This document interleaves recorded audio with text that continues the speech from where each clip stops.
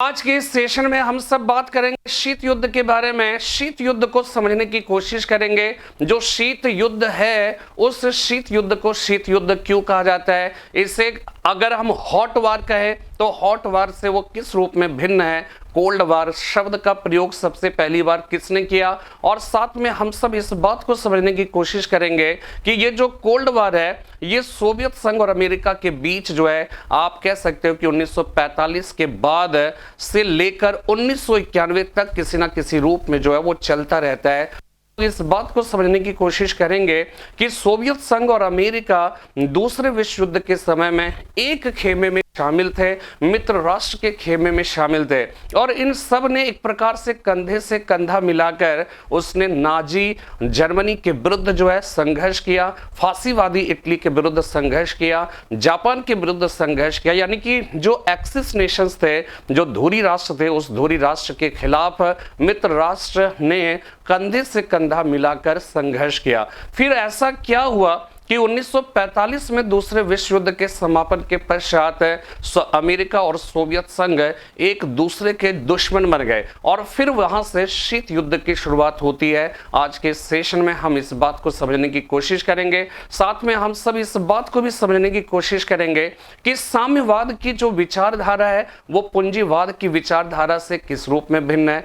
क्या ऐसी बात साम्यवाद के अंदर है जो पूंजीवाद का उसे विरोधी बनाता, या फिर पूंजीवाद के अंदर ऐसी कौन सी बात है जो साम्यवाद की विचारधारा का वह विरोधी हो जाता है। इन सारी बातों को आज के सेशन में हम सब जानने की कोशिश करेंगे। हालांकि एक छोटा सा टॉपिक नहीं है, एक बड़ा टॉपिक है, लेकिन इस बात को जान लीजिए कि यह शीत युद्ध जो है वो दुनिया भर के जो अंतरराष्ट्रीय जो संबंध होते हैं, जो इंटरनेशनल रिलेशंस होते हैं, उस इंटरनेशनल रिलेशंस को इसने गहरे अर्थों में प्रभावित किया, और उस बात को हम समझने की कोशिश करेंगे। और साथ में एक बहुत ही खुशनुमा जो बात है इस शीत युद्ध का कि ये वास्तव में अगर देखा जाए तो ये वास्तविक युद्ध के रूप में तब्दील नहीं हुआ, परिवर्तित नहीं हुआ, लेकिन जब तक शीत युद्ध का दौर बना रहा तब तक हमेशा दुनिया जो है इस डर में जीती रही कि ना जाने कब यह तीसरे विश्व युद्ध में परिवर्तित हो जाए।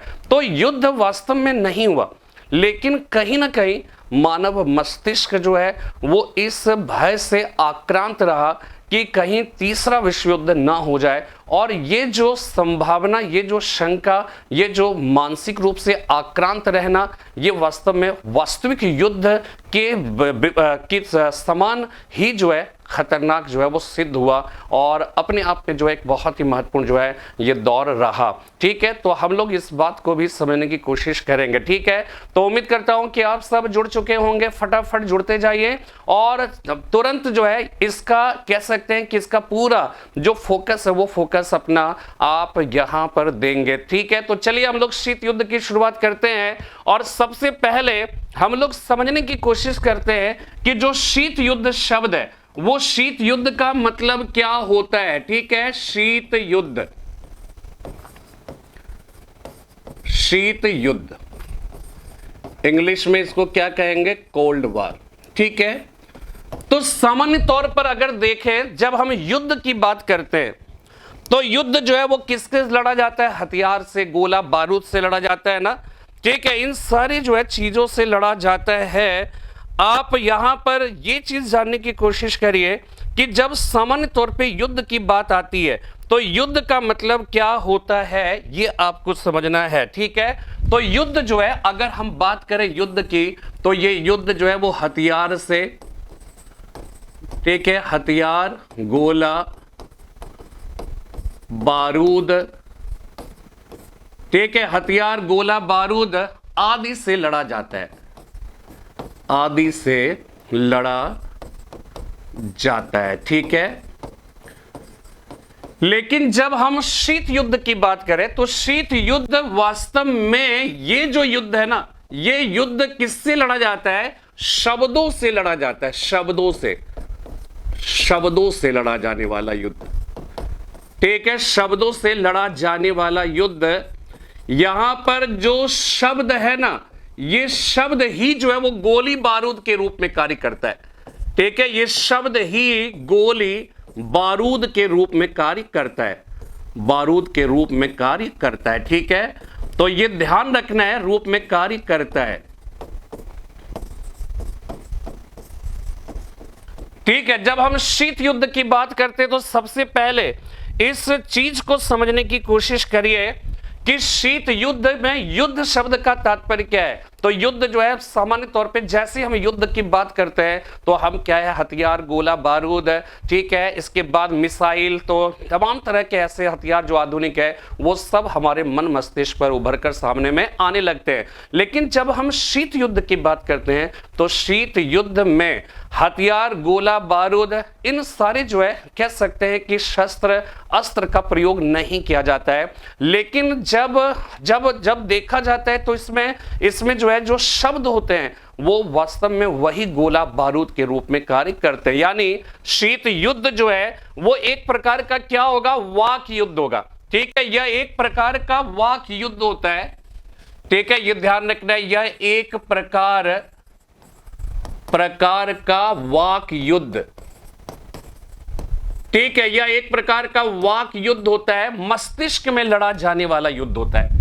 ठीक है, जब भी हम कोई युद्ध की बात करते हैं, जो हकीकत में जो युद्ध होता है, तो युद्ध तुरंत प्रारंभ होता है, कहीं ना कहीं वैचारिक रूप से जो है हमारे क्या होते हैं कि मतभेद उभर कर सामने में आने लगते हैं। अगर रूस और यूक्रेन के बीच युद्ध हुआ या युद्ध हो रहा है तो ये युद्ध के पहले वैचारिक रूप से उन दोनों देशों के बीच में कई तरह के तनातनी रहे होंगे, कई तरह के शब्दों के जो है कह सकते हैं कि गर्मा गर्म शब्दों का प्रयोग किया जाता रहा होगा और वो अंततः जो है परिवर्तित हो जाता है वास्तविक युद्ध में।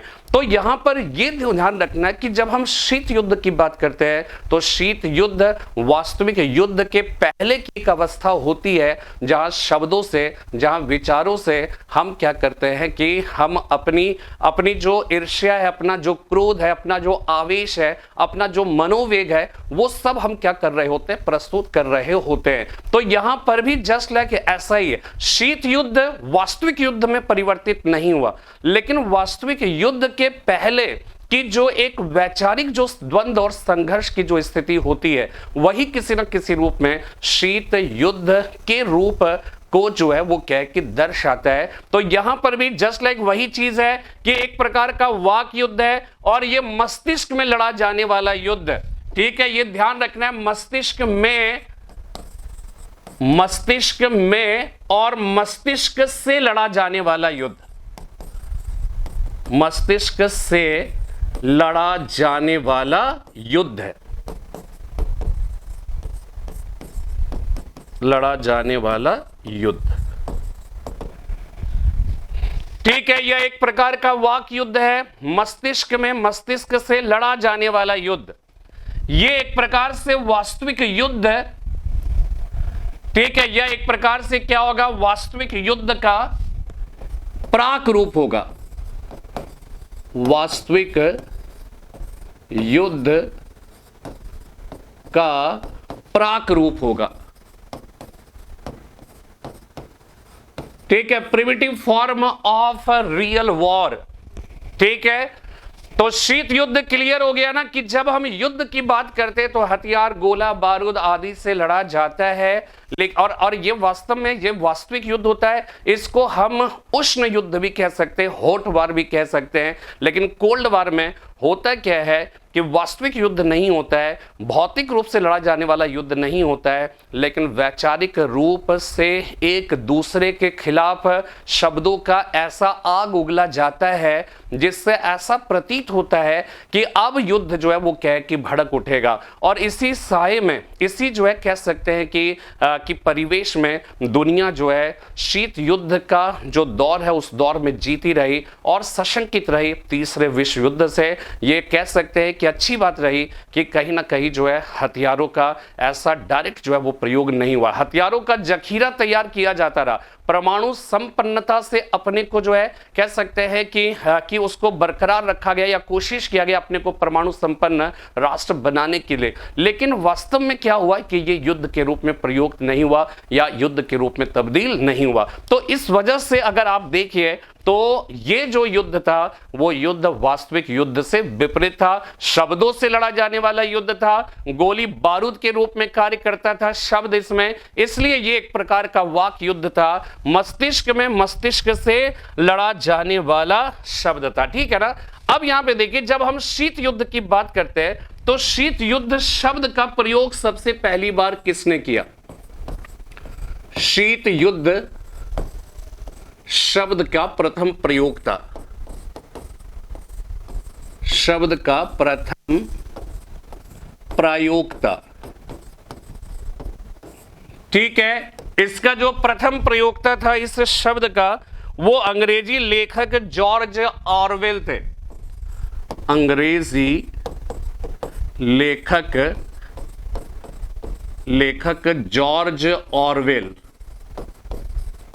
George Orwell.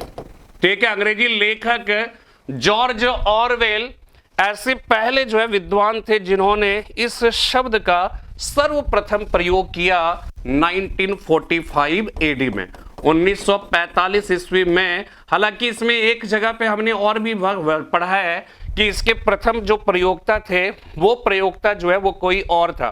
ठीक है, वो कौन थे? यहां पर अगर आप देखें तो ये देखिए, यहां पे शीत युद्ध शब्द का प्रथम प्रयोग पहली बार अमेरिकी राजनेता। ठीक है, यहां पर इसका मतलब ये हो गया कि विद्वान के दृष्टिकोण से देखा जाए तो सबसे पहली बार इस शब्द का प्रयोग जॉर्ज ऑरवेल ने किया। लेकिन जब राजनेता की बात आती है तो राजनेता के तौर पर अमेरिकी राजनेता बर्नार्ड बारूच ने किया था, परंतु इसे गढ़ने का श्रेय प्रोफेसर लिपमैन को जाता है। उसने इसका प्रयोग अमेरिका और सोवियत संघ के बीच तनावपूर्ण संबंधों का वर्णन करने के लिए किया। ठीक है, यहां पर यह बात समझ में आ गई ना कि कुछ पुस्तकों में जॉर्ज ऑरवेल जो एक प्रसिद्ध ब्रिटिश लेखक थे, अंग्रेजी लेखक थे, 1945 में उन्होंने भी शीत युद्ध शब्द का प्रयोग किया था। लेकिन जब हम राजनेता के तौर पर देखते हैं तो ये पहली बार अमेरिकी राजनेता बर्नार्ड बारूच ने किया था, परंतु इसे गढ़ने का श्रेय प्रोफेसर लिपमैन को जाता है। तो थोड़ा सा कंट्राडिक्शन है, लेकिन ये अपने आप में सेकेंड वर्ल्ड वॉर में जब आप नोट्स बनाते हो, जब आप एग्जाम में लिखते हो तो ये उतना बड़ा मायने नहीं रखता है कि किसने क्या प्रयोग किया। बस आपको शीत युद्ध का एक कॉन्सेप्ट समझना है। आप कोई प्रीलिम्स का एग्जाम देने नहीं जा रहे हो कि वहां पर ये शब्द का बड़ा मायने रखता है कि किसने सबसे पहली बार प्रयोग किया, किसने नहीं किया, है ना। लेकिन ओवरऑल अगर आपको समझना है तो ये सारे तीन नाम दिए जाते हैं। जॉर्ज ऑरवेल का हो गया, इसके बाद बारूच का हो गया, बर्नार्ड बारूच, और प्रोफेसर लिपमैन का हो गया। ठीक है, तो इन सारे शब्दों से, इन सारी बातों से परिचित होने के बाद अब यहां पे देखते हैं कि शीत युद्ध जो है वो परिस्थितियां कैसे स्टार्ट हुई। अगर इसको और भी अच्छी तरह से समझना है तो मैंने यहां पर देखिए कि कुछ बातें जो है लिखी हुई है कि क्या क्या होता है इसमें। ठीक है, इसमें देखिए सबसे पहली चीज क्या है कि समूचे विश्व, ठीक है, यहां पर देखिए समूचे विश्व में एक प्रकार का भय, ठीक है, अविश्वास तथा तनाव का वातावरण बन गया, जिससे विश्व में एक बार पुनः संघर्षपूर्ण स्थिति उत्पन्न हो गई। एक नए युग का आविर्भाव हुआ जिसे सशस्त्र शांति का युग कहा गया। ये सारे जो शब्द हैं जो क्वाइंड किए गए विभिन्न विद्वानों के द्वारा, इसको कहा गया सशस्त्र शांति का युग, यानी इसे कहा गया एज ऑफ आर्म्ड पीस, यानी कि युद्ध नहीं हो रहा है, इसलिए युद्ध के दावा नल से दुनिया को ग्रसित भी नहीं होना पड़ा। लेकिन ये जो शांति का काल था जहां पे वास्तविक युद्ध नहीं हो रहा था, लेकिन हथियारों का जखीरा बहुत बड़ा तैयार किया जा रहा था, परमाणु शक्ति से अपने को संपन्न करने की कोशिश की जा रही थी, एक दूसरे को नीचा दिखाने की कोशिश हो रही थी, एक दूसरे से श्रेष्ठ होने की कोशिश हो रही थी। और आप इसको इस तरह से समझ सकते हो कि इस शीत युद्ध के दौर में एक बहुत ही महत्वपूर्ण बात यह हुई कि आप देखिएगा अंतरिक्ष शक्ति या संसाधन के मामले में भी कहा जाता है कि दोनों के बीच में होड़ था, सोवियत संघ और अमेरिका के बीच में। जैसे एग्जाम्पल के तौर पे आपने स्पुतनिक 1 का नाम सुना होगा। ये पहला अंतरिक्ष में भेजा जाने वाला जो है वो क्या है कि उपग्रह था, और ये रूस ने 1957 एडी में भेजा। तो जब रूस ने भेजा तो अमेरिका भी जो है उस दिशा में कदम बढ़ाया, और 1958 में उसने एक्सप्लोरर 1 के नाम से जो है उसने क्या किया, तो स्पुतनिक 1 हो गया। इसी तरह से एक्सप्लोरर 1 जो है वो क्या है कि स्पुतनिक 1 जो है वो रूस के द्वारा भेजा गया, सोवियत संघ के द्वारा। जबकि जो है हम देखते हैं कि जब हम अमेरिका की बात करते हैं तो अमेरिका 1958 में, यानी कि रूस के ठीक एक साल बाद आप देखिएगा कि अमेरिका जो है वो एक्सप्लोरर 1 को जो है भेजता है। मतलब लेकिन इस संघर्ष की अगर हम बात करें तो इस संघर्ष में अंततः विजयी होता कौन है, ठीक है, अंततः उस पर वहां विजयी होता कौन है, तो आप देखिएगा अमेरिका जो है वो सोवियत संघ से बाद में आगे निकल जाता है। और आगे निकल जाने का मतलब जो है वो क्या है, कैसे है, तो 1969 एडी में आप देखेंगे नील आर्मस्ट्रांग जो है वो चंद्रमा की धरती पर जो है वो कदम रखता है। ये अमेरिका की तरफ से था, ठीक है। तो ये अपने आप में जो है इंपॉर्टेंट हो जाता है, और ये दिखाता क्या है, ये दिखाता है कि एक दूसरे से आगे बढ़ने की जो है हमारे अंदर की एक ललक है। तो शीत युद्ध में बहुत सारी बातें हुई, उन सारी बातों में यह भी अपने आप में एक इंपॉर्टेंट बात है। उम्मीद करता हूं कि आप सब समझ पा रहे होंगे वैभव सिंह जी इस युद्ध के लिए किसने प्रयोग किया, ठीक है। यहां पर बस बात इतनी सी समझ में आ गया कि सशस्त्र शांति का युग था। यह एक ऐसा युद्ध था जिसका रण क्षेत्र मानव का मस्तिष्क था, ठीक है, यानी कि यह वास्तविक किसी मैदान में नहीं लड़ा गया, किसी जो है कह सकते हैं कि खेत खलियानों में लड़ा नहीं गया, बल्कि इसका जो रण क्षेत्र था वो रण क्षेत्र जो है वो क्या था, मस्तिष्क था, ठीक है। मस्तिष्क या मनुष्य के मनों में लड़ा जाने वाला युद्ध था, इसीलिए इसे स्नायु युद्ध कहकर, वॉर ऑफ नर्व्स कहकर पुकारा जाता है। इसे स्नायु युद्ध यानी सशस्त्र शांति का युग था, और ये स्नायु युद्ध हो गया, इसे वाक युद्ध कहा गया। शीत युद्ध एक प्रचारात्मक युद्ध भी था, यानी पर एक दूसरे को जो है वो क्या करता था कि मतलब जो बातें कहता था, हमने आपको क्या बताया, शब्द ही गोली था, शब्द ही बारूद थे। तो कौन कितनी कड़वी बातें कह सकता है, कितना हेट्रोड स्पीच जो है दे सकता है, घृणाजनक जो है कह सकते हैं, घृणाजनित कौन कितना भाषण दे सकता है, स्पीच दे सकता है, यह भी इस युद्ध के समय की जो है एक महत्वपूर्ण विशेषता मानी जाती है। इसलिए यह एक प्रकार का प्रचारात्मक युद्ध था, यह स्नायु तंत्र यानी मस्तिष्क में लड़ा जाने वाला युद्ध था, यह एक प्रकार का कूटनीतिक युद्ध भी था, एक डिप्लोमेटिक वॉर था। डिप्लोमेटिक वॉर क्यों कहा गया, इसलिए कहा गया क्योंकि सोवियत संघ जो है या फिर अमेरिका, इन दोनों की कोशिशें ये होती थी कि वो एक दूसरे को नीचा दिखाए, ठीक है, एक दूसरे को नीचा दिखाए और साथ में एक दूसरे के गुट में देशों को जाने से रोके, यानी कि एक गुट दूसरे गुट को एक प्रकार से अकेला बनाने की कोशिश होती थी। अमेरिका ये चाहता था कि ज्यादा से ज्यादा देश हमारे खेमे में आए, और रूस को जो है वो क्या करे, वो सोवियत संघ को अकेला कर दे। सोवियत संघ की कोशिशें होती थी कि वो जो है अमेरिका को अलग थलग कर दे, आइसोलेट कर दे। तो ये भी एक प्रकार का डिप्लोमेटिक वॉर था, यह एक प्रकार का कूटनीतिक युद्ध भी था जिसमें शत्रु को अकेला करने और मित्रों की खोज करने की चतुराई का भी प्रयोग किया गया, ठीक है। तो ये सारी जो बातें हैं ये शीत युद्ध की प्रकृति को दर्शाता है, ठीक है ना। अगर इसको और भी अच्छे तरह से समझा जाए तो इसमें क्या है कि अगर इसके साधन की बात करें, ठीक है, तो आप देखिए शीत युद्ध के विशिष्ट साधन, यानी कि जो शीत युद्ध लड़ा गया उसके क्या क्या साधन थे, उसके क्या क्या मीन्स थे, है ना। कहने का मतलब ये चीज है कि इसको हमने आपको किसी न किसी रूप में अब तक के लेक्चर में ये सारी बातें बता दी है, लेकिन जब हम क्या करते हैं कि जब उसको हम लिख रहे होते हैं तो हमें इस बात को भी ध्यान में रखने की आवश्यकता पड़ती है।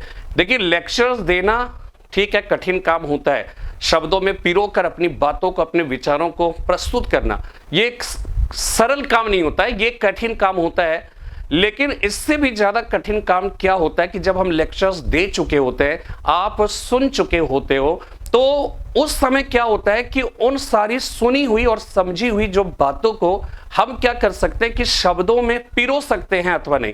अगर हम शब्दों में उसको बेहतर तरीके से पिरो सकते हैं तो याद रखिए कि यही मुख्य परीक्षा का प्रिपरेशन का सबसे बेहतरीन जो है वो क्या होता है कि एक साधन होता है, सबसे बेहतरीन चीज होता है। तो इसीलिए हमेशा ये ध्यान रखिएगा कि जो आप बोलते हो, जो आप समझते हो, उसको शब्दों में पिरो पाते हो अथवा नहीं। अगर पिरो पाते हैं तो निश्चित रूप से जो है आपके लिए क्या होगा कि वो मुख्य परीक्षा के दृष्टिकोण से ये एक बहुत बड़ा सामर्थ्य दर्शाएगा आपका। तो उम्मीद करता हूं कि ये बात आप समझ गए ना। तो यहां पे देखिए युद्ध के साधन होते हैं क्या?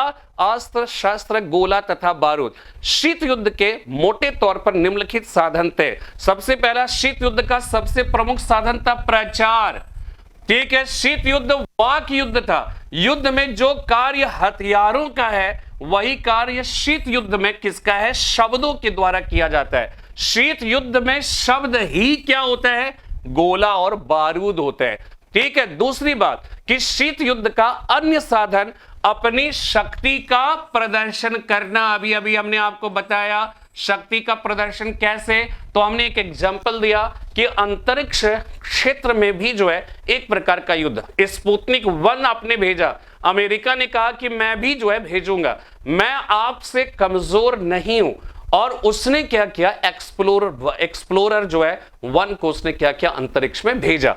तो यहां पर जो है अपनी शक्ति का प्रदर्शन करना, इसी तरह से हथियारों के दृष्टिकोण से भी जो है, परमाणु शक्ति संपन्नता के दृष्टिकोण से भी, इन दोनों के बीच में जो है वो होड़ प्रारंभ हो गया। सीधा कंपटीशन जो है वो क्या है कि प्रारंभ हो जाता है। ठीक है, उम्मीद करता हूं कि आप सब ये बात समझ पा रहे होंगे। तीसरी इंपॉर्टेंट बात देखिएगा कि कमजोर और अविकसित राष्ट्रों को आर्थिक और अन्य सहायता देना। यानी इसका मतलब क्या हो गया कि शीत युद्ध में एक हो गया प्रचार हो गया, दूसरी चीज क्या है कि एक दूसरे से ज्यादा अपनी शक्ति का प्रदर्शित करना हो गया। तीसरी महत्वपूर्ण बात क्या है कि इन देशों में इस बात का भी होड़ था कि कौन कितने देशों को सपोर्ट कर पाता है, आर्थिक रूप से मदद पहुंचा पाता है। क्यों मदद पहुंचा पाता है? देखिए, अगर ये बात आप समझते हो ना तो अभी आगे जो है हम लोग देखेंगे यूएसएसआर का विघटन, यानी कि सोवियत संघ का विघटन क्यों हुआ। तो बहुत सारे फैक्टर में एक फैक्टर यह भी था कि सोवियत संघ को क्या था और अमेरिका दोनों में होड़ किस बात की थी? होड़ ये थी कि ज्यादा से ज्यादा देश को अपने खेमे में लाना। तो खेमे में अपना लाने के लिए आप क्या करोगे? उस देश की माली हालात अगर खराब है तो आप उसको हेल्प करोगे। सबसे पहले हेल्प जब करेंगे, ठीक है, तब आपके सहयोग से जो है वो क्या होगा कि वो एक प्रकार से कह सकते हैं कि आपका आभारी हो जाएगा और वो आपके गुट में शामिल हो सकता है। ठीक है, यानी कि आप जो है उसको इसलिए हेल्प कर रहे हो कि वो दूसरे खेमे में ना जाकर आपके खेमे में आए। ठीक है, अमेरिका भी यही करेगा। तो सोवियत संघ की बात क्या थी कि सोवियत संघ जब ऐसा कर रहा था तो ये कहा जाता है कि उसकी खुद की माली हालात बहुत अच्छी नहीं थी। जैसे जैसे समय बीतता गया, सोवियत संघ, ये बात सही है कि 1945 के सेकेंड वर्ल्ड वॉर के समापन के पश्चात अगर देखा जाए तो दुनिया में 2 ही देश शक्तिशाली रह गए थे, एक अमेरिका था और दूसरा क्या था? सोवियत संघ था। यद्यपि सोवियत संघ अमेरिका से कम पावरफुल था, कम जो है आर्थिक रूप से संपन्न था, लेकिन फिर भी वो ब्रिटेन, फ्रांस, इटली, जर्मनी, इन सारे देशों की तुलना में वो कहीं ज्यादा बेहतर स्थिति में था। और यही वजह रहता है कि सोवियत संघ, अमेरिका, इन दोनों के बीच सीधी तो टकराहट नहीं हुई, लेकिन वैचारिक संघर्ष जो है वो क्या है कि प्रारंभ हो जाता है। तो यहां पर ये बात समझनी है कि जो शीत युद्ध का साधन था उसमें एक साधन ये था कि जो कमजोर राष्ट्र हैं, जो आर्थिक रूप से विपन्न राष्ट्र है, उसको मदद पहुंचाना ताकि वह उसके खेमे और उसके विचार में, जैसे एग्जाम्पल के तौर पे आप समझो कि आपको ये मालूम है ना कि जो पूर्वी यूरोप था ना, पूर्वी यूरोप, ठीक है, जिसमें बेलारूस, यूक्रेन हो गया, उसमें जो है कह सकते हैं कि पोलैंड वगैरह सब हो गया। ठीक है, ये सब चेकोस्लोवाकिया हो गया, हंगरी हो गया, है ना, ये सारे जो 8 देश थे, ठीक है, ऐसे 8 देश थे पूर्वी, मतलब जो है कह सकते हैं यूरोप में। ये सब जो है ना, जर्मनी ने इसको बहुत ही, हिटलर ने अपने फांसीवादी तौर तरीके, अपने मतलब जो नाजीवाद से उसने उसको आक्रांत कर दिया था। वहां का जो मतलब वो सारे जो देश थे, वो देश हिटलर के अत्याचारों से जो है पीड़ित थे, उसके आक्रामक नीति की वजह से जो है वो परेशान थे।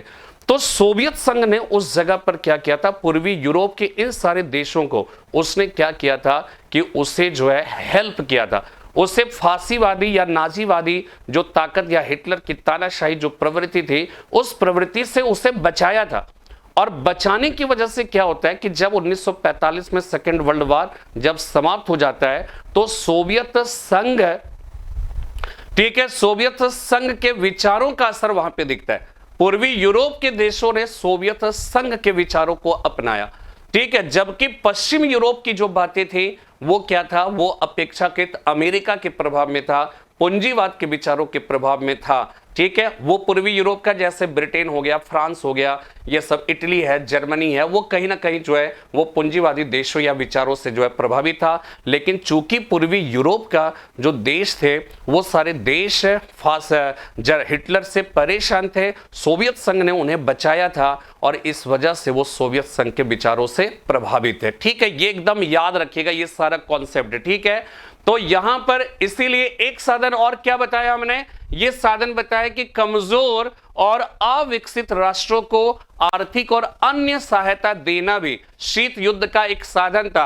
आर्थिक सहायता का उद्देश्य क्या था, उन्हें अपने गुट में शामिल करना होता था। शीत युद्ध का एक अन्य साधन जो है जासूसी, जिसको एस्पायोनेज कहा जाता है, ठीक है, एस्पायोनेज कहा जाता है। तो ये क्या था, जासूसी करना।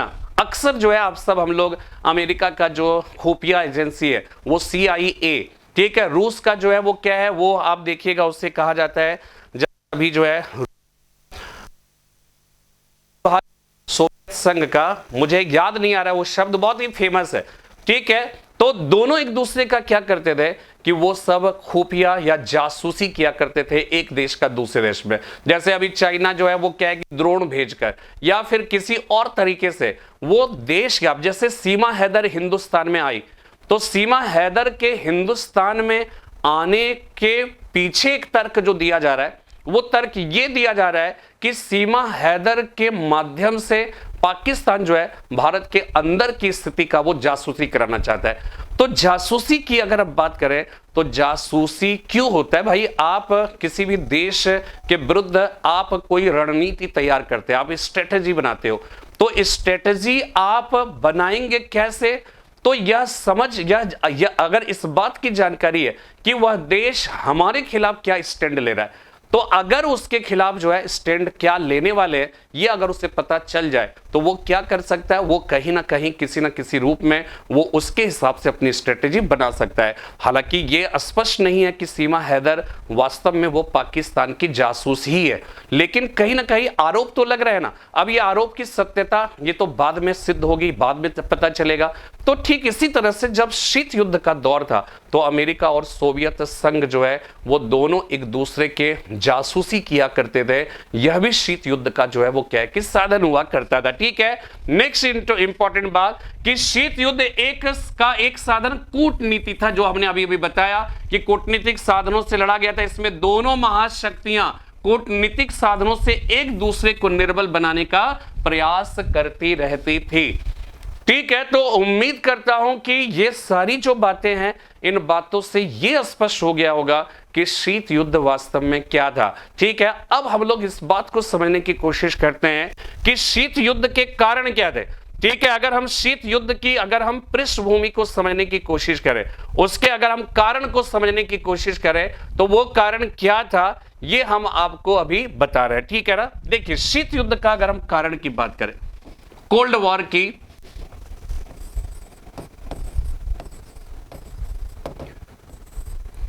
ठीक है, शीत युद्ध के कारण, कॉजेस,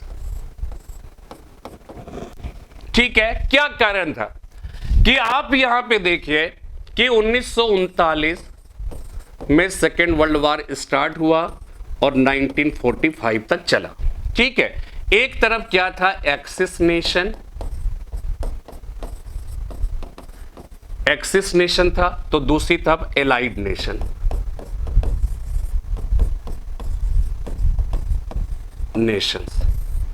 ये मित्र राष्ट्र, ये क्या हो जाएगा, धुरी राष्ट्र। ठीक है, एक्सिस नेशन, एलाइड नेशन। जो एक्सिस नेशन है, ये एक्सिस नेशन, इसके अंतर्गत कौन था, जर्मनी। ठीक है, जर्मनी हो गया, इटली हो गया, और क्या हो गया, जापान हो गया। ये मुख्य देश थे। जब हम एलाइड नेशन की बात करते हैं तो इसके अंतर्गत कौन कौन सा देश हो जाएगा, यूएसए हो जाएगा, यूएसएसआर हो जाएगा, और कौन हो जाएगा, ब्रिटेन हो जाएगा। ठीक है, ब्रिटेन हो जाएगा, और क्या हो जाएगा, फ्रांस हो जाएगा।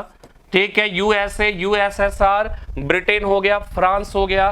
ठीक है, ये सारे देश जो है इसके अंतर्गत शामिल होंगे। ठीक है, अब यहां पे देखिए, जो समझने वाली बात है, जो आश्चर्यजनक बात है, वो आश्चर्यजनक बात क्या है, यूएसए और यूएसएसआर ये दोनों एक दूसरे की विरोधी विचारधारा। ठीक है, या फिर आप ये भी कह सकते हो कि ब्रिटेन और फ्रांस और यूएसए एक समान विचारधारा को रिप्रेजेंट करता है, लेकिन यूएसएसआर जो है वो क्या है कि वो एक विपरीत विचारधारा को रिप्रेजेंट करता है। इसकी जो विचारधारा है यूएसएसआर की, ये साम्यवादी विचारधारा। ठीक है, ये साम्यवादी विचारधारा को दर्शाता है। ठीक है, जबकि यूएसए और ब्रिटेन वगैरह सब, लेकिन अभी चूंकि हमें शीत युद्ध की बात करनी है तो यूएसए और यूएसएसआर के ही कॉन्टेक्स्ट में, तो ये जो है क्या है, पूंजीवादी विचारधारा। ठीक है, ये पूंजीवादी विचारधारा को रिप्रेजेंट करता है। ठीक है, अब यहां पे समझना है कि ये पूंजीवादी विचारधारा जो है वो क्या ऐसी बात है पूंजीवादी विचारधारा में जो साम्यवाद की विचारधारा से उसे अलग करता है। ठीक है ना, तो देखिए साम्यवादी समाज जो है, साम्यवादी अगर हम विचारधारा की बात करें तो ये विचारधारा क्या है, जस्ट लाइक आप इसको ऐसे देखिए, पूंजीवादी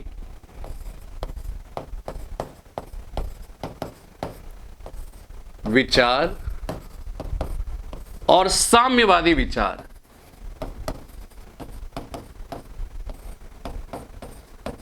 साम्यवादी विचार, ठीक है, ये क्या करेगा, ये समता मूलक समाज की बात करेगा। ये एक समता मूलक समाज की बात करेगा। ठीक है, ये शोषण विहीन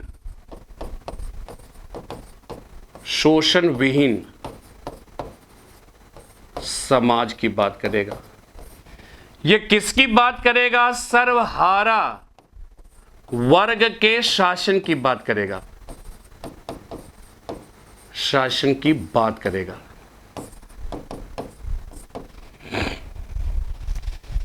जब पूंजीवादी, इसीलिए ये क्या होगा, लोकतंत्र का विरोधी, लोकतांत्रिक विचारों का विरोधी होगा।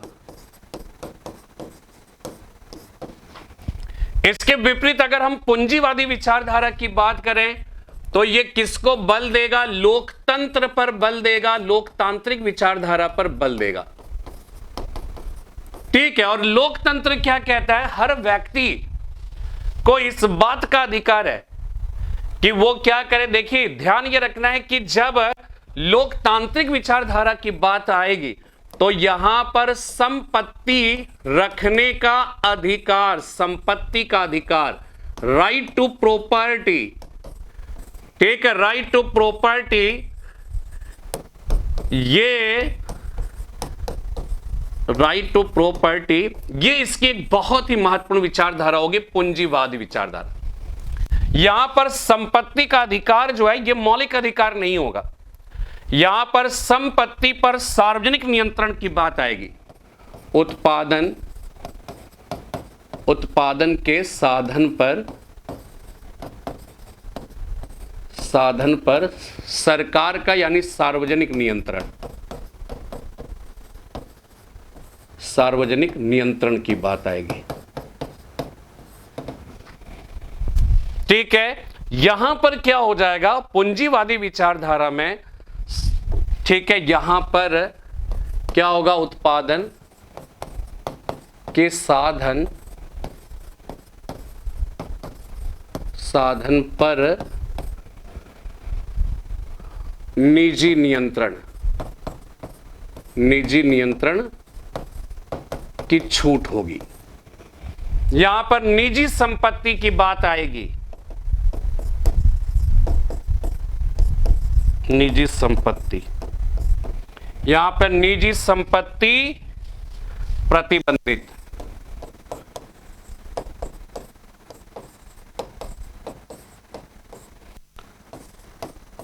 निजी संपत्ति पर प्रतिबंध।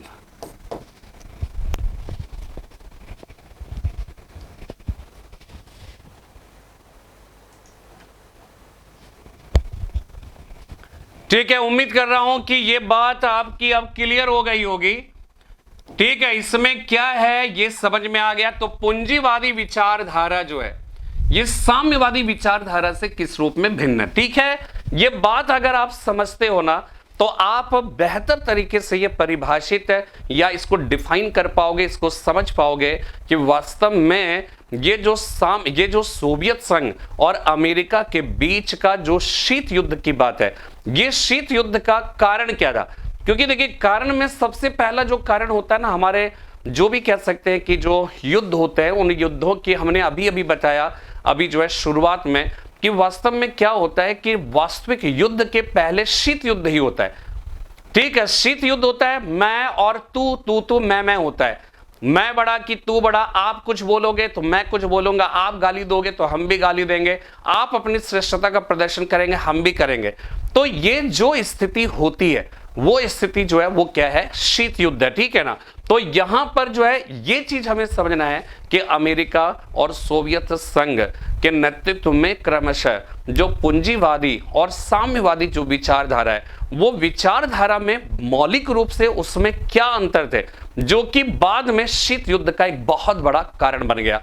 तो यहां पे देखिए कि ये साम्यवादी विचार, पूंजीवादी विचार। अच्छा, एक चीज और देखिएगा कि हमने ये बताया था कि जब प्रथम विश्व युद्ध हुआ था, ठीक है, जब हुआ था प्रथम विश्व युद्ध, तो दोनों में देखिए अंतर, प्रथम विश्व युद्ध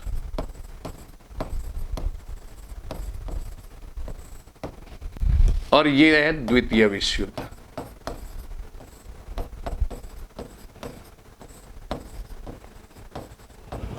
ये 1914 से 18 के बीच लड़ा गया, ये लड़ा गया 1939 से 45 के बीच में लड़ा गया। ठीक है, 14 से 18 के बीच। तो इसी बीच में क्या होता है कि इसी बीच में 1917 आता है, और 1917 में क्या होता है, रशियन रिवॉल्यूशन।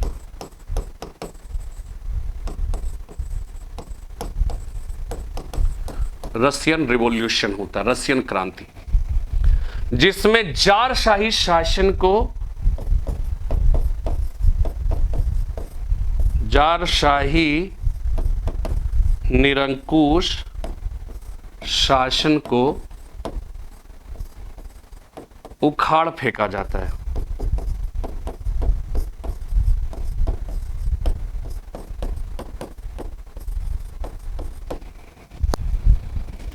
ठीक है, उखाड़ फेंका जाता है और समाजवादी क्रांति भी कहा जाता है, इसे समाजवादी क्रांति भी कहा जाता है। ठीक है, तो ये जो समाजवादी क्रांति है, इसने क्या किया, जो जारशाही निरंकुश शासन में जो कह सकते हैं कि वहां पर गरीबी, भूखमरी, अकाल, कह सकते हैं कि इस तरह की चीजें मतलब जो है अपने चरमोत्कर्ष पर था। विशेषाधिकार संपन्न लोगों की संख्या बढ़ रही थी। ऐसी स्थिति में क्या हो रहा है कि वहां पर एक रशियन रिवॉल्यूशन होता है, समाजवादी क्रांति होती है, जिसके अंतर्गत जारशाही निरंकुश शासन को उखाड़ फेंका जाता है। ठीक है, ये बात यहां पे हो गई, ये बात यहां पे समझ में आ गई। लेकिन जो है ये ध्यान रखिएगा कि प्रथम विश्व युद्ध के समय में ये जो जारशाही शासन था, या एक कह सकते हो कि जो समाजवादी शासन था, ये समाजवादी विचारधारा बहुत ज्यादा लोकप्रिय नहीं हो पाई। लेकिन सेकेंड वर्ल्ड वॉर तक की अगर हम बात करें, यहां तक जाते जाते दुनिया में, ठीक है, पूंजीवादी विचारधारा तो अपनी जगह जो था वो तो था ही था, लेकिन दुनिया में समाजवादी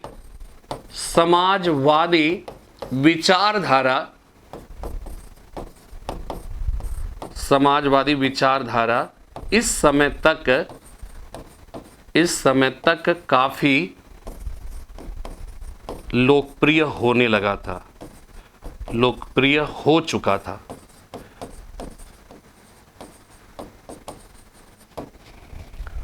ठीक है, तो यहां पे आप देखिए कि दुनिया में समाजवादी और पूंजीवादी जो विचारधारा है, वो विचारधारा एक दूसरे का विरोधी है। ये इसका विरोधी है, ये इसका विरोधी है। तो जब विरोधी विचारधारा इस समय तक जाते जाते जब ये बहुत ही ज्यादा लोकप्रिय हो गया, तो यहां पर यह ध्यान रखना है, जाहिर सी बात है, दोनों के बीच की जो तनातनी है वैचारिक रूप से वो क्या हो जाएगा, बढ़ जाएगा। अच्छा, एक बात और ध्यान रखिएगा कि जब हम यूएसएसआर की बात करते हैं, ये बहुत ही इंपॉर्टेंट बात मैं बता रहा हूं कि जब यूएसएसआर की बात करते हैं, ये यूएसएसआर ये 1917 के रशियन रिवॉल्यूशन के साथ ही नहीं आया था, इस बात को ध्यान रखना है। यूएसएसआर का गठन जो है 1922 ईस्वी में किया गया था। इसकी जो फाउंडेशन है, इसकी जो नींव है, वो नींव कब पड़ी थी, 1922 ईस्वी में। और 1922 ईस्वी में ये 22 से लेकर 1991 तक रहता है यूएसएसआर। 1991 ईस्वी में इसका क्या हो जाता है, विघटन हो जाता है, डिसोल्यूशन हो जाता है। ठीक है, तो यहां पे जो है यूएसएसआर, याद रखना है कि 1922, 1917 में बहुत सारे लोगों को एक कंफ्यूजन रहता है कि 1917 में जो है रशियन रिवॉल्यूशन हुआ, इसलिए union of Soviet socialist Republic जो है वो कब आता है, 1917 में ही आता है। लेकिन बात ऐसी नहीं है।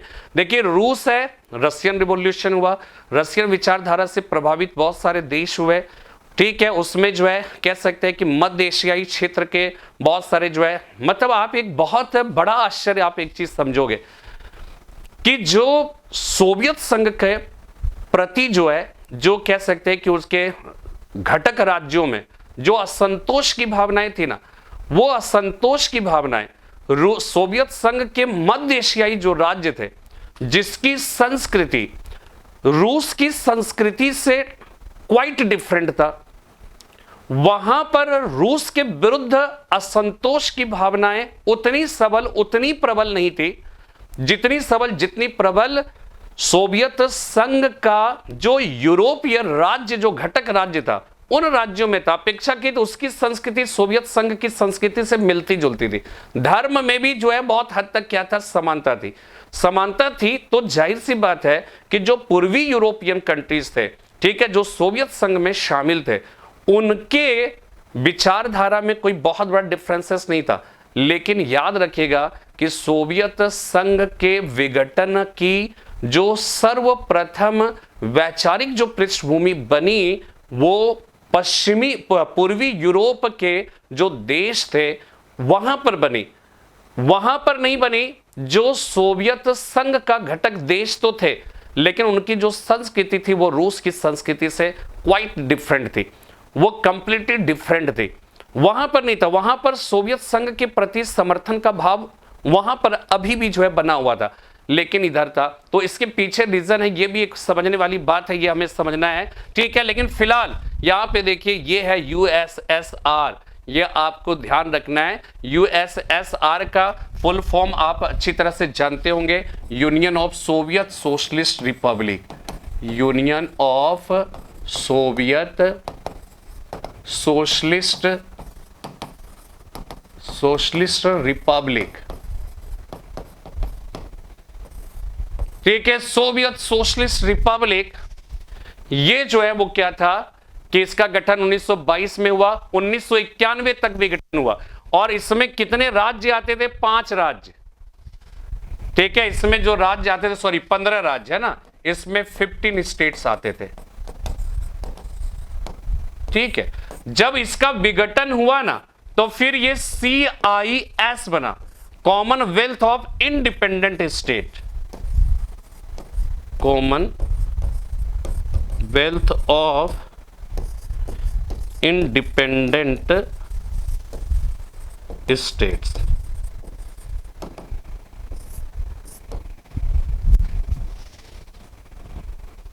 ठीक है,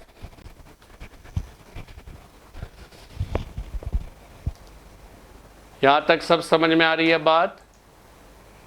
ठीक है, आकाश पांडे जी, वैभव, अंजलि, सोनिका त्रिपाठी जी, अर्जुन कुमार प्रजापति, सबका आज के सेशन में स्वागत है। और आप सब जो है जुड़ते रहिए। ठीक है, कोशिश है कि आपको ये चीज़, और आपने एक चीज़ महसूस किया कि ये जो बातें हैं ये सब हम लोग डे टू डे लाइफ में कितना सुनते हैं, कितना हम इसके बारे में अक्सर सुनते रहते हैं, लेकिन इसके बारे में बहुत ज़्यादा जानकारी नहीं हो पाती है। और आप इस बात को समझिएगा कि अगर इस विश्व के इतिहास के ये सारी जो समकालीन घटनाएं हैं, उन सारी घटनाओं को अगर हम बेहतर तरीके से समझते हैं तो हमारा जो इंटरनेशनल रिलेशन से रिलेटेड जो हमारे विचार होंगे, जो हमारा नॉलेज होगा, जो हमारी अभिव्यक्ति होगी, एक्सप्रेशन होगा, अभी हमारी जो अभिव्यंजना होगी, वो कहीं हम बेहतर तरीके से कर पाएंगे, है ना। तो ये बुनियादी बातें ये जरूर समझ लीजिएगा, नोट्स में रहेंगे, लेकिन ये जो इस तरह से लिखी हुई चीजें होती है ना, वो कहीं ज्यादा बेहतर तरीके से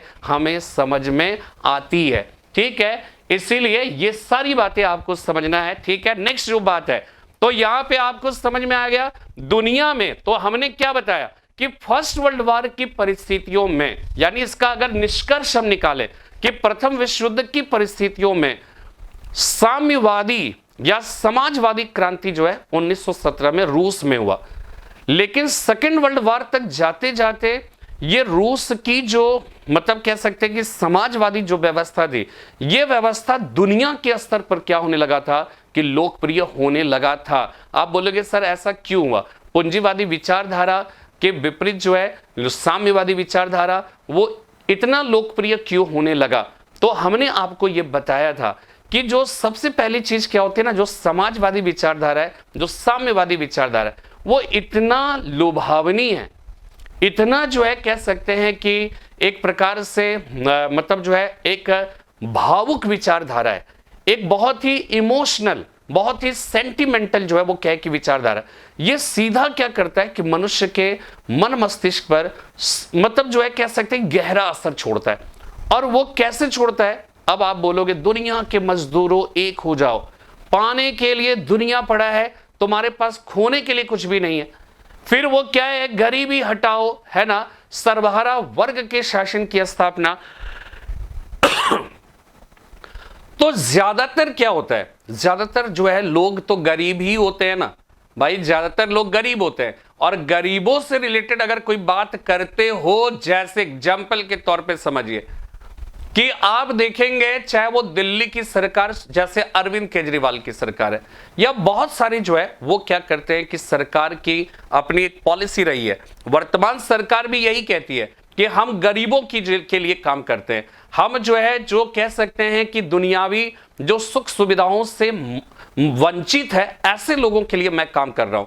तो ऐसे लोगों के मन मस्तिष्क में अगर अपनी बातों को आप बेहतर तरीके से स्थापित कर देते हैं तो वो आपको क्या करता, चूंकि उसकी संख्या ज्यादा होती है, तो ऐसे लोग जब मतदान करते हैं तो आपके जीतने की संभावनाएं बढ़ जाती है। अरविंद केजरीवाल जी क्या करते हैं, उनका जो रेवड़ी पॉलिटिक्स जो एक क्वाइंड किया गया वर्ड है समाचार पत्रों में और भारत के पॉलिटिशियंस के द्वारा, उसमें क्या होता है कि वो गरीबों को जो है बोलते हैं कि बिजली हम फ्री कर देंगे, हम अनाज बांटेंगे, है ना, हम जो है स्वास्थ्य की सुविधाएं, हम एजुकेशन बेहतर बनाएंगे। ये सब गरीबों को क्या करता है, बहुत ही ज्यादा प्रभावित करता है।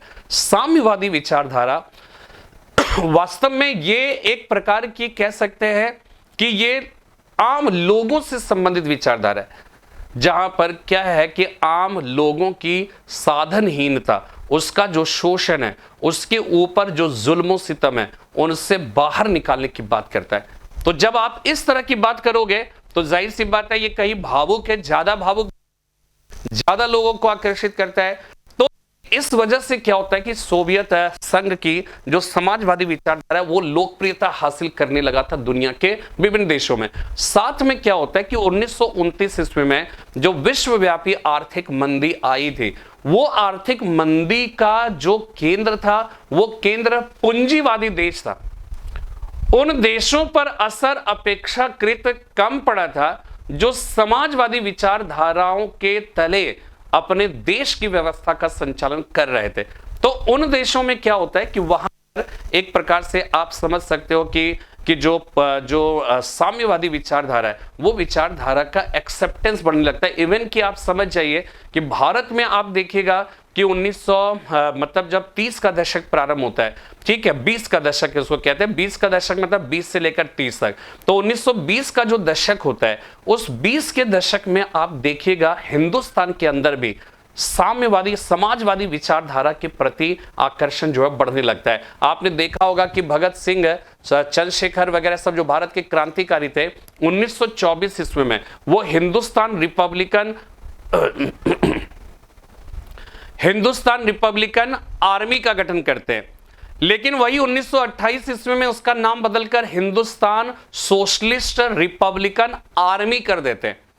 यह दिखाता है भगत सिंह वगैरह सब जो है, आप बताइए भगत सिंह जब जेल में थे और जब फांसी की तारीख है जो है वो आ गई तो उन्हें जेलर ने जाकर जब बताया कि आपका फांसी का समय आ गया, तो उस समय भी वो एक किताब पढ़ रहे थे और उसमें एकदम मशगूल थे, उसमें एकदम खोए हुए थे। और वो पुस्तक क्या थी? वो थी लेनिन की पुस्तक, लेनिन से रिलेटेड किताब थी और वो किताब वो पढ़ रहे थे। तो जब जेलर ने उनको जाके मतलब जो है उनको मतलब कह सकते हैं उनको इंडिकेट किया कि आप जो है आपका फांसी का समय आ गया, तो भगत सिंह क्या कहते हैं? वो कहते हैं कि अरे इतना जल्दी ये समय आ गया, अभी तो एक क्रांति दूसरे क्रांतिकारी से बात ही कर रहे थे, अभी तो वो बात समाप्त भी नहीं हुआ। यानी इतने खोए थे, उनको इस बात की फिक्र नहीं थी कि हमें इस समय फांसी की सजा दी जाने वाली। तो दुनिया को पूरा देख ले, सामान्य तौर पे अगर हम महसूस करें तब पता चलता है कि वास्तव में वो लोग कितने बड़े देशभक्त थे और देश के लिए उन्होंने किस तरह से अपनी सारी सांसारिक सुख सुविधाओं को जो है ताक पे रख दिया ताकि एक बेहतर भारत का निर्माण किया जा सके। तो इस समय समाजवादी विचार, इसीलिए देखिएगा समाजवादी जो विचारधारा होती है ना, वो विचारधारा नास्तिकता की ओर ले जाती है। भगत सिंह ने लिखा है why I am an atheist, यानी कि हम नास्तिक क्यों, मैं नास्तिक क्यों हूं, तो मैं नास्तिक क्यों हूं, इस पर उन्होंने एक लेख लिखा है, ठीक है। और ये साम्यवाद जो है ना वो क्या करता है? धर्म को अफीम बताता है, religion is just like a opium, ठीक है। तो वो बताते हैं। तो भगत सिंह, तो कहने का मतलब है कि 1929 या 1920 का जो दशक होता है उस दशक में पूरी दुनिया में आप देखिएगा समाजवादी विचारधारा का प्रभाव बढ़ता है। 1929 का जो ग्रेट इकोनॉमिक डिप्रिसिएशंस आते हैं उसकी वजह से क्या होता है कि कहीं ना कहीं जो साम्यवादी देश समाजवादी विचारधारा से प्रभावित देश पर उसका असर अपेक्षाकृत कम होता है, इसलिए ऐसी विचारधारा के प्रति लोगों का रुझान बढ़ता है। उनको लगता है कि नहीं, ये एक ऐसी विचारधारा है जिससे हम मतलब इस तरह के जो आर्थिक मंदी है उस आर्थिक मंदी से हम बच सकते हैं, ठीक है। तो यही चीज यहां पे हुआ। तो दुनिया में समाजवादी विचारधारा इसलिए इस समय तक काफी लोकप्रिय हो गया।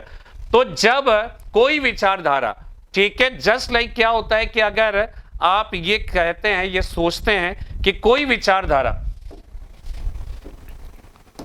जब ये पूंजीवादी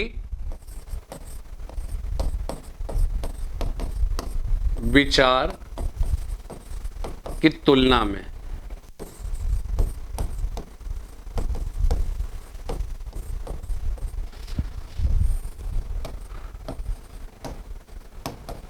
समाजवादी विचार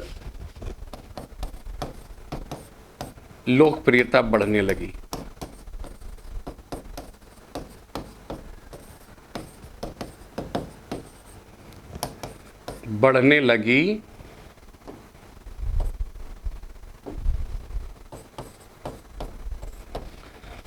तो इन दोनों के बीच तनातनी प्रारंभ हो गई।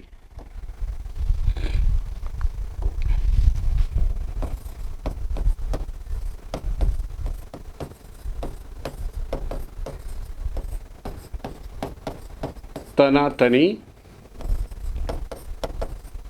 प्रारंभ हो गई। अब सवाल यह उठता है कि जब इन दोनों विचारधारा में क्या होता है, संघर्ष की स्थिति होती है, तनातनी बढ़ रही होती है। तो सवाल ये उठता है कि फिर मित्र राष्ट्र के साथ सोवियत संघ कैसे शामिल हो गया। यह हमने आपको बताया था कि कहां पे 1939, तो यहां पे यूएसएसआर का गठबंधन कैसे हो गया। तो गठबंधन होने का कारण आप समझिए कि शुरू में क्या होता है कि जर्मनी क्या करता है, पोलैंड पर जाकर हमला करता है 1 सितंबर 1939 ईस्वी को। तो पोलैंड के बगल में ही सोवियत संघ होता है, ठीक है ना। तो सोवियत संघ जो है वो क्या करता है, वो जर्मनी का साथ देता है। क्यों साथ देता है? क्योंकि जर्मनी जब पोलैंड पर हमला करता है तो पोलैंड में क्या था कि जर्मनी के अंदर जो है एक पॉलिश गलियारा बनाया गया था नॉर्थ सी तक पोलैंड के पहुंचने के लिए, जिसे पॉलिश गलियारा कहा गया, पॉलिश कॉरिडोर कहा गया। यह एक प्रकार से समझ जाइए कि जर्मनी के भीतर जो है पोलैंड देश है, उस देश को उत्तरी सागर तक जाने के लिए एक कॉरिडोर बनाया गया था। अब वो कॉरिडोर, जाहिर सी बात है कि ये सीधे तौर पर जर्मनी के जो है उसकी सॉवरेनिटी को क्या करना था, चुनौती देने के समान था। तो यहां पर एक प्रॉब्लम क्या आती है, प्रॉब्लम यह आती है कि जर्मनी जो है वो पोलैंड से चिढ़ा होता है, ठीक है। 1 सितंबर 1939 ईस्वी को पोलैंड पर वो हमला कर देता है। तो जैसे ही पोलैंड पर हमला होता है, ये तो पॉलिश गलियारा जो है ये बनाने का जो है वो मतलब क्या श्रेय किसको जाता है, ब्रिटेन, फ्रांस वगैरह सबको जाता है। तो इस वजह से क्या होता है कि पोलैंड पर जब हमला होता है तो ब्रिटेन और फ्रांस क्या करता है, पोलैंड के सपोर्ट में आ जाता है। तो पोलैंड के सपोर्ट में जब आता है तो सोवियत संघ ने क्या किया, चूंकि सोवियत संघ एक समाजवादी विचारधारा है और पूंजीवादी है, तो सोवियत संघ को यह लगा कि ये पूंजीवादी देश जो है वो हमारे करीब आ जाएंगे। तो इस वजह से वो क्या करता है कि वो जर्मनी का साथ देता है और सोवियत संघ ने मिलकर ब्रिटेन और फ्रांस को जो है वो चुनौती देता है और उसके बाद फिर क्या होता है कि अभी तक देखिएगा, अभी तक क्या होता है कि अमेरिका इस युद्ध में शामिल नहीं होता है, ठीक है। अभी मेरी बात समझ कि 1921 के पहले तक अमेरिका इस युद्ध में शामिल नहीं होता है, पहली चीज। दूसरी बात कि सोवियत संघ अभी तक वो मित्र राष्ट्र के खेमे में शामिल नहीं होता है। लेकिन क्या होता है कि जर्मनी को पोलैंड के मामले में सोवियत संघ का साथ तो मिलता है, लेकिन सोवियत संघ क्या करता है, बाल्टिक सागर होता है, एस्टोनिया, लातविया, लिथुआनिया, ये सब अपने कंट्रोल में कर लेता है। तो जब बाल्टिक सागर, जब सोवियत संघ का जब कंट्रोल बढ़ने लगता है तो जर्मनी क्या होता है, वो तिलमिला उठता है। जर्मनी को लगता है कि नहीं, इस क्षेत्र में सोवियत संघ को नहीं आना चाहिए। सोवियत संघ को कहां जाना चाहिए, वो आप भूमध्य सागरीय जो क्षेत्र है उस क्षेत्र में जाइए, ये हमारा क्षेत्र है। जर्मनी ने स्वघोषित ये जो क्षेत्र थे बाल्टिक सागर का क्षेत्र, उस बाल्टिक सागर में जो है कुल 9 कंट्रीज आते हैं लगभग, आप देख लीजिएगा। उन सारे जो है देशों पर जर्मनी ये कहता था मेरा एक स्वाभाविक नियंत्रण है, इसमें रूस ना है। तो ये बात क्या हो जाती है कि शुरू में साथ देते हैं पोलैंड के मामले में एक दूसरे का, लेकिन क्या होता है बाल्टिक सागर के क्षेत्र में जब सोवियत कंट्रोल बढ़ने लगता है, उसका दबदबा बढ़ने लगता है, तो जर्मनी क्या होता है, तिलमिला उठता है और जर्मनी और सोवियत संघ के बीच तनातनी जो है वो क्या जाती है और इतना तनातनी बन जाता है कि आप समझ जाइए कि हिटलर जो है वो मॉस्को तक जाकर अभियान करता है और बीच में लेनिनग्राद या स्टालिनग्राद है, उस स्टालिनग्राद में जाकर वो क्या करता है कि रूस पर जो है एकदम भयानक हमला करता है। में आप ये समझ जाइए लाखों लाख लोग मारे जाते हैं, बहुत सारे जो है धन जन की जो है हानि उठानी पड़ती है सोवियत संघ की। मतलब आप ये समझ जाइए कि सोवियत संघ को सेकेंड वर्ल्ड वार में कहा जाता है कि उसके जितने टोटल पॉपुलेशन होता है ना, उस टोटल पॉपुलेशन का 10% जो है हिस्सा जो है उसको गंवा देना पड़ता है। तो ये सोवियत संघ का जो है जब ये मामला आया तो होता क्या है कि सोवियत संघ को तब मजबूरन अब क्या करता है, अब अमेरिका जो है इधर क्या हो जाएगा, आएगा सामने में। अमेरिका आगे सामने क्यों आएगा, सामने आएगा पर्ल हार्बर पर जो है उधर क्या करता है, साउथ ईस्ट एशिया में पर्ल हार्बर पर यह कहा जाता है कि शायद ये दिसंबर का माह था, दिसंबर माह 1941 में वो क्या करता है कि जापान जो है पर्ल हार्बर पर हमला कर देता है, तो अमेरिका उसमें शामिल हो जाता है। इधर क्या होता है कि जापान जो है वो सोवियत संघ के साथ एक जो है समझौता करता है, उसमें स्टालिन जो है वहां का मतलब जो है राष्ट्रपति होता है। तो वो जो है वो क्या करता है कि जो है जापान से परस्पर अनाक्रमण की एक संधि करता है।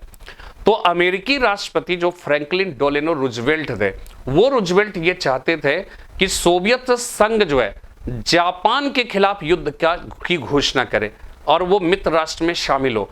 क्यों अमेरिका चाहता था, अमेरिका या ब्रिटेन और फ्रांस क्यों चाहता था कि यूएसएसआर उसके खेमे में आ जाए? यूएसएसआर मित्र राष्ट्र के खेमे में आने का एक कारण समझ में आ गया ना, कि जर्मनी के साथ उसका एक अच्छा संबंध था, लेकिन जर्मनी ही अपनी आंखें तरेरने लगा था। इसलिए सोवियत संघ को मजबूरन जो है उसे एक संगठन की आवश्यकता थी और वो मित्र राष्ट्र के रूप में सामने में आया। पहली चीज। दूसरी चीज क्या है कि वो सोवियत संघ जो है उसको मित्र राष्ट्रों ने क्यों अपने खेमे में शामिल कर लिया? क्योंकि जापान जो है, चूंकि सोवियत संघ और जापान वगैरह सब इधर लगभग जो है एक दूसरे के आसपास का क्षेत्र है ना, तो वो सोवियत संघ को मतलब मित्र राष्ट्र को ये लगता था कि सोवियत संघ को अपने में शामिल कर ले और वो अगर जापान के विरुद्ध युद्ध का ऐलान कर दे तो इससे हमारा जो पलड़ा होगा वो साउथ ईस्ट एशिया के क्षेत्र में वो मजबूत हो जाएगा। इसीलिए वो क्या करता है कि अमेरिका, ब्रिटेन, फ्रांस ये कोशिश करता है कि वो रूस जो है उसके खेमे में शामिल हो जाए। रूस इसलिए भी शामिल हो गया क्योंकि जर्मनी के साथ उसकी तनातनी थी और इसके बाद मिलकर संघर्ष किया। इस बात के बावजूद भी कि दोनों की विचारधारा एक तरह से आर्क राइवलरी की तरह था, एक तरह से चीर प्रतिद्वंदिता की तरह था इसकी विचारधारा। तो इस वजह से क्या होता है कि दोनों जो है आपस में, कहने का मतलब है मित्र राष्ट्र में जो ब्रिटेन, फ्रांस, अमेरिका और इधर जो है सोवियत संघ, ये मिलकर जो है से युद्ध आगे खिसकता जाता है। जर्मनी, जापान, इटली ये सब जो है वो क्या होते हैं, धीरे धीरे वो धाराशाही होने लगते हैं। तो जब धाराशाही होने लगते हैं तो मित्र राष्ट्र जो पूंजीवादी देश थे, उन पूंजीवादी देशों के द्वारा अपने ही घटक दल का एक सदस्य जो है सोवियत संघ के साथ जो है उसकी जो है कह सकते हैं कि वैमनस्यता की जो भावना है वो उभर कर सामने में आने लगती है। ठीक है, ऐसी स्थिति में क्या होता है कि कहा जाता है कि सोवियत संघ के कान जो है वो खड़े होने लगे। जाहिर सी बात है कि भाई हम आपके गुट में शामिल है, हम लोग मिलकर संघर्ष कर रहे हैं, लेकिन हमारे खिलाफ जो है आप संघर्ष। और क्या वो खिलाफ किया? 1945 में युद्ध खत्म हो गया। ठीक है, 6 अगस्त 1945 ईस्वी को हिरोशिमा पर जो है परमाणु बम गिराया गया, लिटिल बॉय। फैटमैन गिराया गया, वो प्लूटोनिक बम था, वो कहां पे गिराया गया? नागासाकी पे गिराया गया। तो जब गिराया गया तो जापान ने 15 अगस्त 1945 तक जाके आत्मसमर्पण कर दिया। सेकेंड वर्ल्ड वार क्या हो गया? खत्म हो गया। तो सेकेंड वर्ल्ड वार जब खत्म हो गया तो क्या होता है कि जर्मनी मतलब कह सकते हैं कि कुछ सम्मेलन, जैसे एक याल्टा सम्मेलन होता है, याल्टा सम्मेलन के में कुल मिलाकर 1945 में याल्टा सम्मेलन तक की अगर हम बात करें, याल्टा सम्मेलन में जो कि सोवियत संघ में है, स्थित है रूस में, वो क्रीमिया सम्मेलन भी कहलाता है। वहां पर भी क्या है ना, कुल मिलाकर रिश्ते बहुत ही बेहतर रहते हैं, कहीं कोई बहुत ज्यादा प्रॉब्लमेटिक नहीं होता है। लेकिन क्या होता है कि 2-3 चीजें ऐसी होती है। पहला क्या होता है कि रूस ये चाहता था कि जो पोलैंड है, ठीक है ना, इसको जो है आप इससे समझिए कि ये है पोलैंड, मान लीजिए ये है पोलैंड, और पोलैंड का ये पूरा पोलैंड है, ठीक है ना, और ये है यूएसएसआर। इसको आप ऐसे एक एग्जांपल के तौर पे समझिए, यूएसएसआर है, ये पूरा का पूरा जो हिस्सा है ये है पोलैंड। लेकिन पोलैंड का ये जो हिस्सा है, ठीक है, यूएसएसआर सोवियत संघ चाहता है कि ये हिस्सा जो है वो क्या हो जाए? बफर जोन बन जाए, बफर जोन बन जाए। बफर जोन इसलिए क्योंकि यहां पर तो सारे जो है वो क्या है कि पश्चिमी यूरोप के कंट्रीज होंगे। ये सारे कंट्रीज अगर ये पोलैंड के अंदर ये चले जाते हैं तो भाई सोवियत संघ की ये साम्यवादी जो विचारधारा वाला पूंजीवादी, दोनों की सीमाएं जब एक दूसरे से जुड़ जाएंगी तो इसमें हमेशा तनातनी बना रहेगा। तो ये बीच का ये जो हिस्सा है ये हिस्सा पोलैंड का यूएसएसआर चाहता था कि इसको बफर जोन बना दिया जाए लेकिन मित्र राष्ट्रों ने इस बात को सुनने से मना कर दिया। दूसरा, ये एक बहुत बड़ा रीजन बना दोनों के बीच के तनातनी होने का। दूसरी चीज क्या थी कि जब परमाणु बम गिराया गया था, एटम बम जब जापान पर गिराया गया,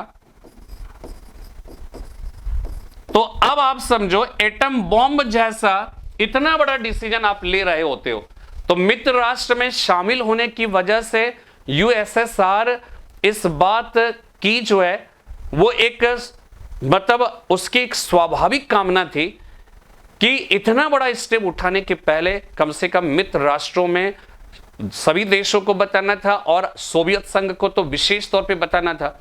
लेकिन क्या किया, अमेरिका ने इस तरह की कोई भी जानकारी नहीं दी। यहां से क्या होता है कि रूस जो है वो सशंकित होने लगता है। और मैंने आपको एक बात और बताई थी, कल जापान पर जो परमाणु बम है, वो परमाणु बम गिराने का बहुत ही मतलब कारण क्या था, और अगर बम गिरा दिया तो दूसरा बम गिराने का कारण क्या था, इस पर विद्वानों ने भिन्न भिन्न राय रखी है। इसमें विद्वानों का एक वर्ग ऐसा है जो ये मतलब जो है ये बतलाते हैं कि अमेरिका परमाणु बम का विस्फोट करके दो निशाने को साधना चाहता था। पहला यह था कि वो परमाणु बम का एक प्रकार से परीक्षण हो जाएगा, ठीक है, और दूसरी चीज कि चूंकि ठीक है एक परिस्थिति ऐसी थी जिसकी वजह से सोवियत संघ की धूर विरोधी विचारधारा वाले देश को अपने साथ लेना पड़ा, लेकिन अंदर से तो आप सशंकित थे। जैसे ही आपकी स्थिति बेहतर होगी, मजबूत होगी, सारे खतरे टल जाएंगे, तो उस विरोधी विचारधारा वाले देश को आप अपने साथ क्यों रखोगे, कहीं ना कहीं उसके साथ तनातनी फिर से प्रारंभ हो जाएगी ना। तो वही चीज जब होने लगा, तो ऐसी स्थिति में क्या होता है कि जापान जो है वो जापान पर जो परमाणु बम गिराया गया, अमेरिका जो है वो उसके थ्रू सोवियत संघ को अपनी ताकत का एहसास कराना चाहता था, और इसलिए परमाणु बम गिराया, इतने सारे लोग जो है मारे गए, इतने सारे जो है, तो कहा जाता है कि ये चीज जो है, तो यहां पर एटम बम वाली बात थी, इतना बड़ा डिसीजन ले रहे थे और आपने सूचना नहीं दी, ये बात भी जो है बहुत ही नागवार गुजरी थी। क्लियर हो गई बात? तो ये समझ में, ये सारी बातें समझ में आ रही है ना। तो इस तरह से ये चीज जो है ये एक बहुत बड़ा, और क्या होता है, एक होता है ट्रूमैन सिद्धांत, ठीक है, ट्रूमैन सिद्धांत।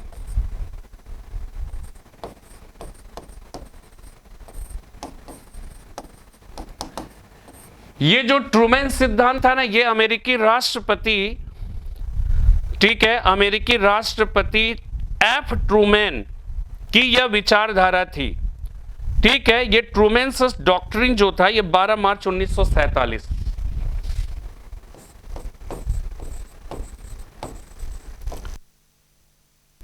डॉक्ट्रिन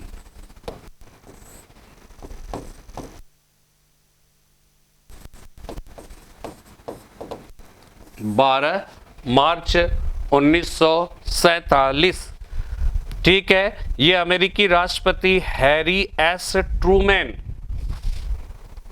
अमेरिकी राष्ट्रपति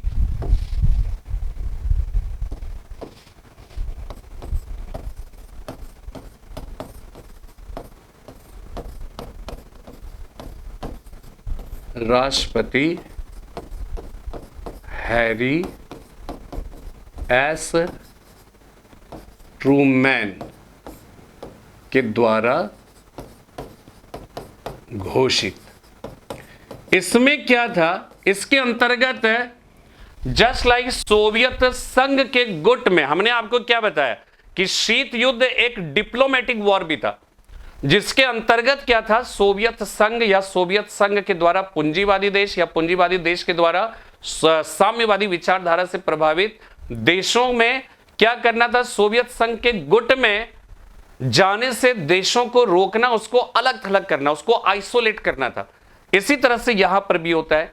तो यहां पे यह ध्यान रखना है कि हैरी एस ट्रूमैन ने अपने इस डॉक्ट्रिन के अंतर्गत उन देशों को उसने आर्थिक तौर पर मदद पहुंचाने की नीति का प्रारंभ किया, जिससे वो सारे देश साम्यवादी देश के खेमे में ना जाकर उसके खेमे में आ जाए, ठीक है, उसके खेमे में आ जाए। और इसलिए ये ध्यान रखिएगा कि ये जो ट्रूमैन का सिद्धांत है ना 12 मार्च 1947, इसे कहा जाता है कि ये शीत युद्ध, ठीक है, शीत युद्ध का औपचारिक जो एक तरह से कह सकते हैं कि इसका वास्तविक, ये कहा जाता है कि इतिहासकारों का ये मान किसी सिद्धांत से शीत युद्ध के आरंभ की आधिकारिक घोषणा, शीत युद्ध के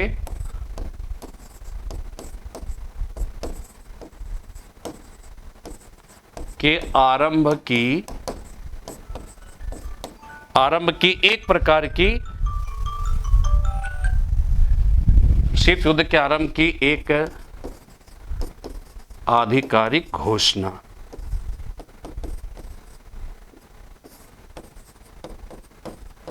आधिकारिक घोषणा हो जाती है,